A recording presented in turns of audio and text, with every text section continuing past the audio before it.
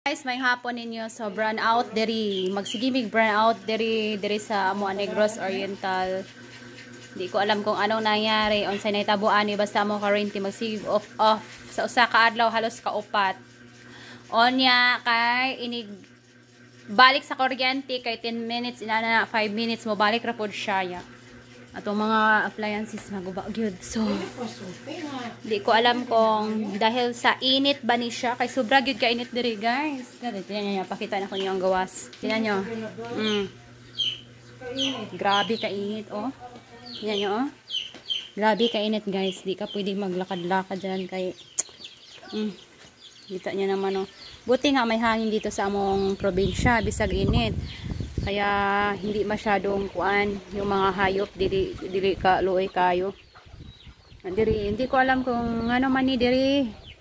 Attention just atong taga kuan Noriko man ni diri, Noriko Negros Oriental. Ana, ngano man ni sige mag burn out ni. Normal pa ba ni?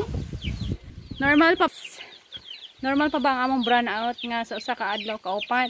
Kada adlaw gyud ni usa ka semana na inani. Yan guys, tingnan niyo, oh. So parang uulan na, sana ulan. May gani kay na ay mga cloud nga atong makita atong sa mga adlaw, wala gyud inana nga cloud, makita nimo puro gyud blue. Blue gyud ang langit. So karon, yan kayong panahon. Yan kay magdili ka basta wala kay kuan ning sunglasses. Diba? Yan, no, tingnan nyo guys. So hindi ko alam bakit si brown out diri.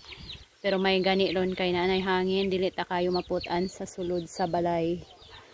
So, diri lang siguro sa mga sig brown out. Sige yung brown out diri sa mga guys sa kaadlaw. Sige putol-putol ang kuryente. Nya, makadaot siguro ni refrigerator. Mao na akong kuan dayon akong i-off pang gipang bunot na ko ang mga appliances kaning refrigerator og piso wifi para dili sila makuan. Kuyawan inigbalik sa kuryente kay magsige patay-patay gi. Yan. So, baka dahil sa sobrang init or may something sira ang linya ani kay kamera bayin gakabit sa poste guys, o mo nag-usara gyud na siya ka linya, oh tingnan niyo, oh. Wala laing linya diha mo ara gyud na, oh. Siguro dahil sa sobrang init nanigurado lang siguro sila nga ilang patyon gyud ang kurente. Yan, so pag init kayong panahon gawas ta parang hanginan. Yan, so yan lang guys. Ayan, mag-ingat mo ang lahat dyan. Dahil siguro sobrang init kaya tayo nagsigig brown out. Maampi mo tanan diha. Ito si Enliving Sarah Vlog. Ayaw mo kalimut og follow sa akong Facebook page para ma-update mo sa akong mga video o mga live.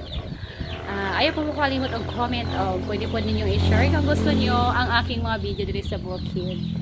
Ayan lang po. Maraming salamat.